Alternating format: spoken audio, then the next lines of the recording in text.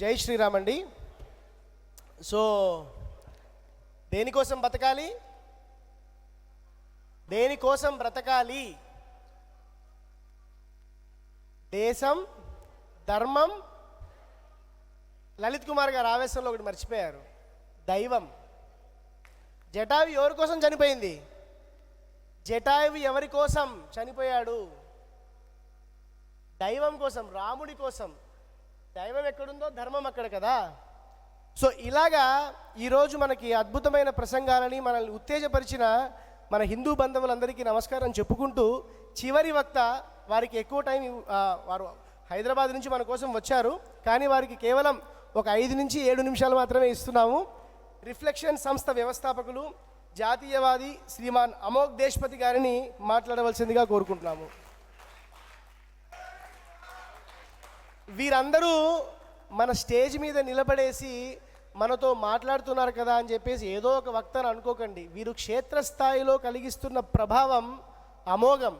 మన మీద దాడులు ఆపటానికి వీళ్ళు చేస్తున్న ప్రయత్నం సాటి లేనిది. ఇలాంటి వారు ఉన్నారు కాబట్టే మనం ఇంకా ఇళ్లలో కూర్చొని ప్రశాంతంగా నిద్రపోగలుగుతున్నాం. ఇది మనం ఎప్పటికీ గుర్తుంచుకోవాలి.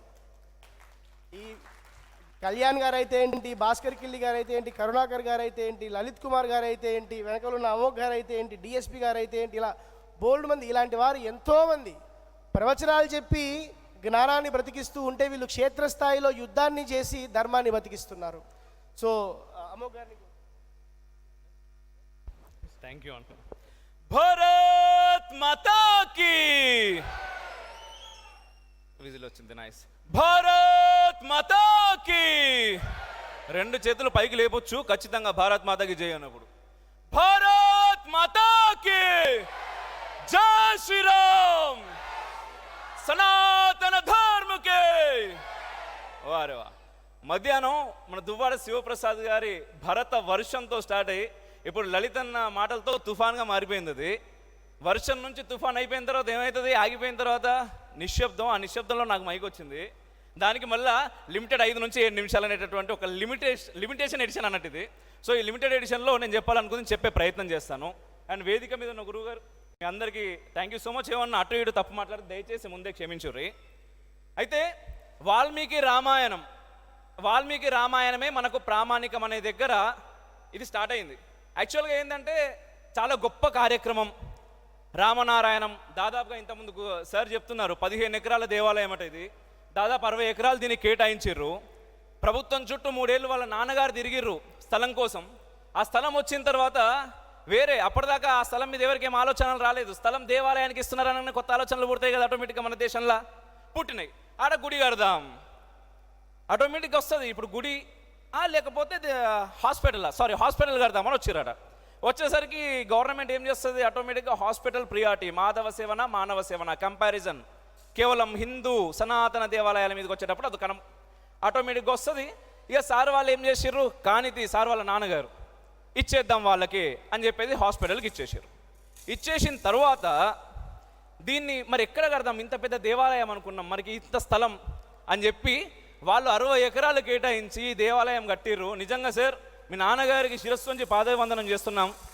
ఎందుకంటే ఇంత చాలా అద్భుతమైనటువంటిది. ఆయన మనసుంటే సరిపోదు సార్, అన్నీ సమకూరాలి, డబ్బున్నా సరిపోదు. ఇన్ని కలిసిన ఈ రామ నారాయణంలో ఈరోజు వాల్మీకి సదస్సు.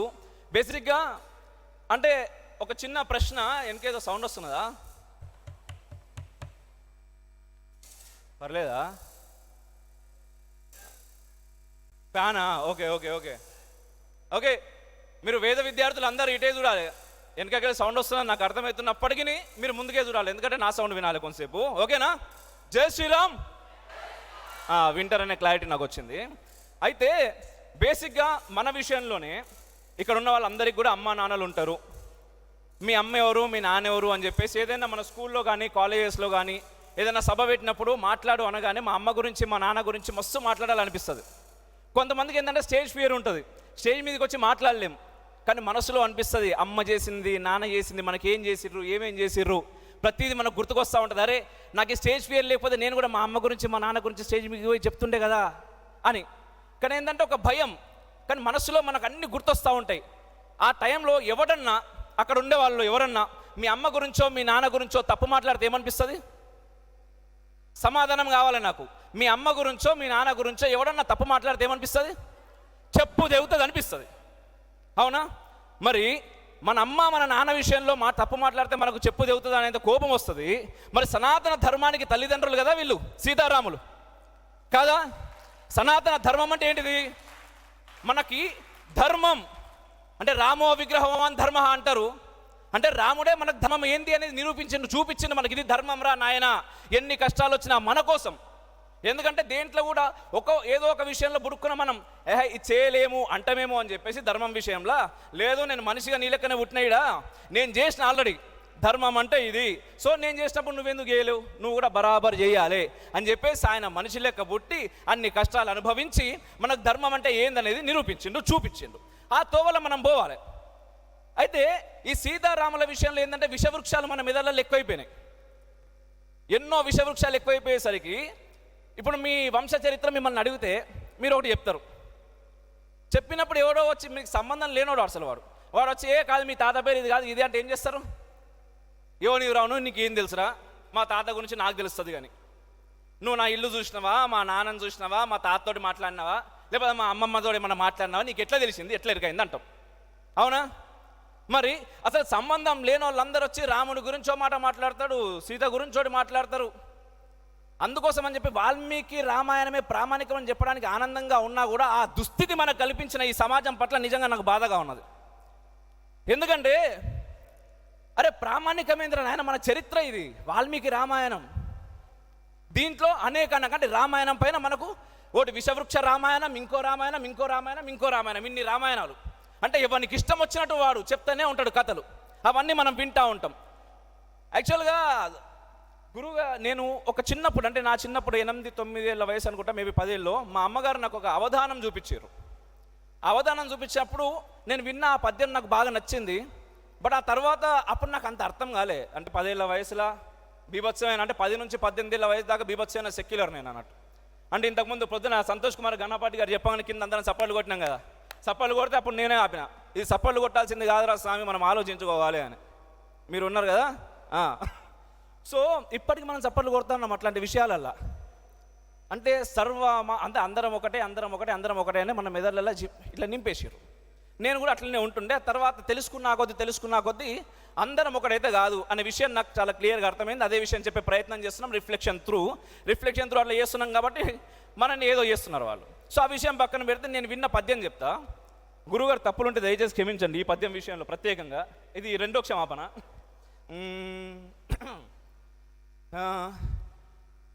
అంటే పూరణ ఏంది అంటే సమస్య ఏమిచ్చిర్రంటే భరతుడు ఎదురించే రాముని భాగం అడిగే. మీకు గుర్తుండే ఉంటుంది, భరతుడు ఎదురించి రాముని భాగం అడిగే అనగానే నాలాంటి సెక్యులర్ మీద వాళ్ళకి ఏమనిపిస్తుంది అంటే రామాయణంలో ఎక్కడనో రామరాజ్యాన్ని భరతుడు అడిగిండు అంటే మనం చెప్తా ఉన్నామరే భరతుడు పోయిండు, చెప్పులు తీసుకున్నాడు, నెత్తి మీద పెట్టిండు, దీంతో నేను రామరాజ్యం చేస్తా అన్నాడు, అన్న నువ్వు లేకున్నా నీ చెప్పులతో నేను నడుపుతా అన్నాడు. ఇవన్నీ ముచ్చట్లు విన్నప్పటికీ కూడా లోపల డౌట్ ఉంటుంది. ఎందుకంటే మన లోపల విషవృక్షాలు ఉన్నాయి కదా, ఆటోమేటిక్గా విషవృక్షాలు నిద్రలేస్తాయి. అప్పుడు నిద్రలేసి ఏమంటుంది, లేదు భరతుడు ఎన్నో కాడు అడిగిండు రాబోయే రాముణ్ణి రాజ్యం, వీళ్ళు చెప్తున్నారు కానీ అంత చక్కనైన అన్నదమ్ములు అయితే వీళ్ళేం కాదు అనే ముచ్చట మన లోపల చేస్తూ ఉంటుంది. ఎందుకంటే మనం మన అమ్మ నాన్నకి ఇచ్చిన విలువ వాళ్ళకి ఇస్తలేం కదా, ఇవ్వకుండా చేసిర్రు కదా సమాజం. సో ఆ టైంలో ఒక అద్భుతమైన పూరణ వచ్చింది. అదేంటంటే అచట కష్టాల కడలిని కొకడికేనా, అచట కష్టాల కడలిని కొకడికేనా, సుఖ సముద్రముల ఎల్ల సకులయంత.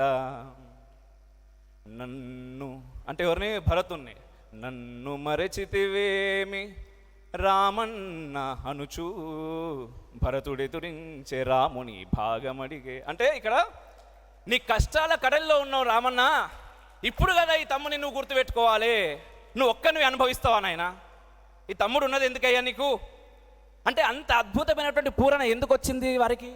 ఆ పూరణ చేసింది గురువుగారు మడుగుల నాగఫణి శర్మ గారు. అయ్యా నిజంగా ఆ రోజు నేను విన్నప్పుడు నాకు అర్థం కాలేదు, మా అమ్మ నాకు వినిపించింది, నాకు నచ్చింది.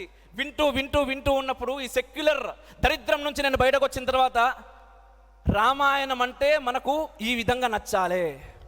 అంటే మనం చూస్తూ ఉంటాం ధర్మం ధర్మం. ఇప్పుడు రాముడు ఏదో వెనకకెళ్ళి ఏదో చంపిండు, ఆమెను చంపిండు, ఈమెను చంపిండు అని అవులే ఏ మాటలు పడితే ఆ మాటలు మాట్లాడతారు. అయితే ఫర్ ఎగ్జాంపుల్ ఒక చిన్న ఎగ్జాంపుల్ చెప్పి నేను ముగిస్తా, ఎందుకంటే 5 నిమిషం అయిపోయినట్టున్నది. అయితే ఒక కార్లో మనం వేగంగా పోతా ఉన్నాం, బట్ అక్కడ 80 స్పీడే ఉన్నది హైవే మీద. 80 స్పీడ్ క్రాస్ అయితే పోలీసు వాళ్ళు బొక్కలకి వెళ్ళి ఫోటోలు తీస్తారు, మళ్ళీ తర్వాత ఇంటికి చేయాలని వస్తుంది. సో 80 స్పీడ్ దాటొద్దు కాబట్టి మనం 80 స్పీడ్లో ఆటోమేటిక్గా పోతున్నాం. బట్ అక్కడ ముందేమైందంటే వర్షం పడుతున్నది, ఒక కార్ ఆగిపోయింది. ఆ కారులో ఒక ఆయన మొత్తుకుంటున్నాడు, అన్న ఆపు అని. ఆక్రందన మామూలుగా లేదు, అది ఏదో ప్రాణం మీదకి వచ్చినట్టుంది అని చెప్పేసి మనం కార్ ఆపినాం. ఆపిన తర్వాత లోపల ఒక ప్రెగ్నెంట్ లేడీ 9 months నిండిపోయింది. అన్న నొప్పులు వస్తున్నాయి అన్న, నా భార్యను తీసుకుపోవాలి హాస్పిటల్కు, వర్షం పడుతున్నది, ఎవరు ఆపుతలేరు కారు, ఇక్కడ మీరు ఒక్కళ్ళు ఆపిరు, దయచేసి తీసుకుపోర్రు అన్న. ఇక్కడ నుంచి 20 కిలోమీటర్లు ఉన్నది, మనం గంటకు 120 స్పీడ్ కొడితే తప్ప హాస్పిటల్కి చేరలేం.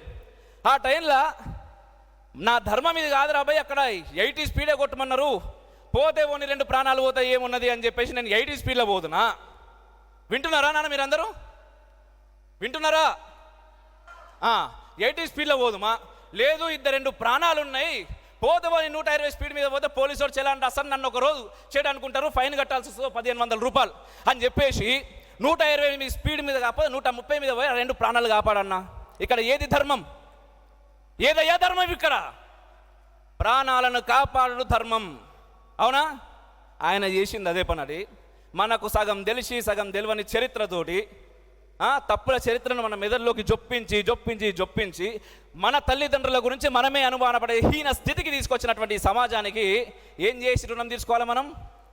అసలైన చరిత్ర మనం తెలుసుకొని ఆ చరిత్రను 10 మందికి కాదు, 100 మందికి కాదు, వీళ్ళు చేస్తున్నట్టు కొన్ని లక్షల మందికి చెప్పి ఆ రుణం మనం తీర్చుకోవాలి. ఈ అద్భుతమైనటువంటి అవకాశాన్ని నాకు ఇచ్చినందుకు నిజంగా, అంటే ఇది రామకార్యం.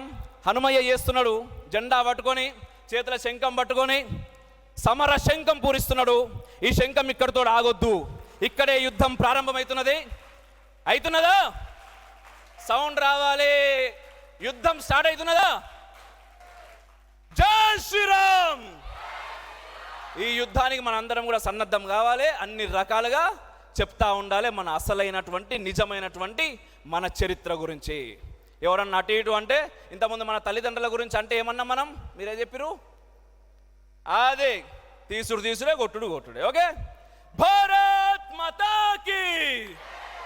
మీ టైంలో మీకు ఇచ్చిన అనుకుంటున్నా.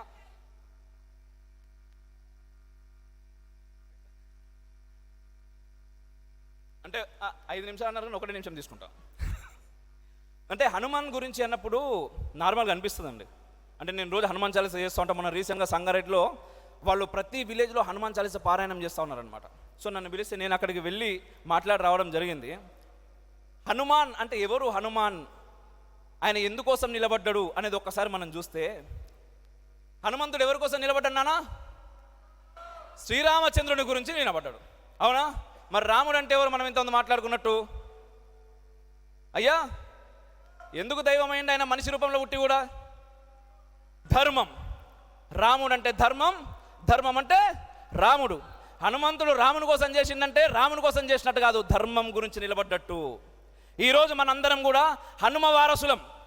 నిజంగా చెప్తున్నా, మనకి ఎన్నో జన్మల పుణ్యం ఉంటే తప్ప ఇటువంటి కార్యక్రమాల్లోకి వచ్చే అవకాశం మనకున్నది. ఈరోజు నిజంగా ఎంతోమంది పెద్దవాళ్ళు వచ్చేది ఉండే కానీ రాలేదు, చిన్నవాళ్ళం మనం వచ్చినాం. నేనైతే నిజంగా చివరి నిమిషంలో వచ్చిన. ఈరోజు గురువుగారి ప్రసంగం తర్వాత రావడం జరిగింది, నేను యూట్యూబ్లో చూసుకుంటూ వచ్చిన సార్. నిజంగా అంటే ఎంతో ఎంతో ఎంతో మనకు అదృష్టం అంటే తప్ప ఇక్కడికి రాలేము. ఇటువంటి కార్యక్రమాన్ని చేస్తున్నటువంటి శ్రీరామ చక్రధర్ గారు అండ్ శ్రీ రామాయణం ఏంది అసలు, వీళ్ళు చెప్తున్నా కదా, మీ జన్మ సుకృతం, అంతకు మించి ఏం లేదు. అమ్మా కొంత చెప్పిన అనుకుంటా, చాలు. పాపం ఆయన అక్కడ నిలబడి ఉన్నాడు. భారత్ మాతాకి జై శ్రీరామ్. రెండు చేతులు పైగా జై శ్రీరామ్, జై శ్రీరామ్, భారత్ మాతాకి, సనాతన ధర్మకి జై హింద్.